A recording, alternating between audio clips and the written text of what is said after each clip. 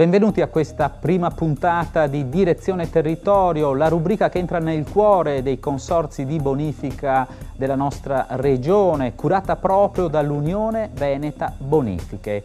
Diciamo che l'aumento della piovosità e un aumento dell'urbanizzazione hanno reso sempre più difficile il lavoro quotidiano degli uomini della bonifica. La parola d'ordine è dialogo, interrelazione tra enti territoriali, come è stato detto in una recente conferenza organizzativa nazionale. Un esempio tutto nostrano, proprio qui in Veneto, è il piano delle acque, voluto da decine di comuni della provincia di Venezia e proprio da Unione Veneta Bonifiche. Di questi accordi ce ne parla Ernestino Prevedello, presidente del Consorzio di Bonifica Acque Risorgive. Sentiamo.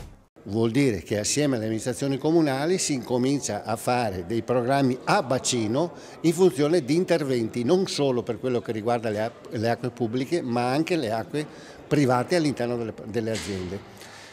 E fa sì che con le ordinanze e con la sensibilità questo sia un punto che si può arrivare in tempi abbastanza ragionevoli. Accordi quindi questi che garantiranno senza dubbio una gestione più efficace della canalizzazione minore e che porteranno senz'altro una boccata d'ossigeno alla gestione di un sistema fin troppe volte in sofferenza.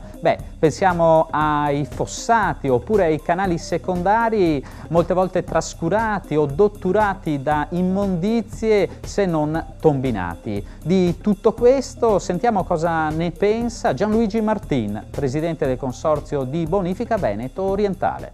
Tutto l'investimento del territorio ha fatto sì che c'è un grande miglioramento idraulico, quindi ovviamente non ci sono più ristagni. Non si è pensato invece ad applicare prima la cosiddetta invarianza idraulica, cioè chi trasforma il territorio deve comunque costruire dei piccoli invasi dove può trattenere l'acqua che un po' alla volta va verso il fiume, perché altrimenti tutta assieme non può andare fuori e crea danni ovviamente nei punti più nevralgici che sono i punti più in sofferenza, vicino ai paesi, vicino alle città e quant'altro che già ben si sa. Sentito questo, quindi emerge la possibilità, la potenzialità dei consorzi di bonifica nel candidarsi a sviluppare un loro nuovo ruolo nella gestione delle reti urbane, ovvero in tutto quell'insieme di canali urbani per la raccolta delle acque meteoriche. Bene, Direzione Territorio termina qui, grazie per averci seguiti, alla prossima puntata.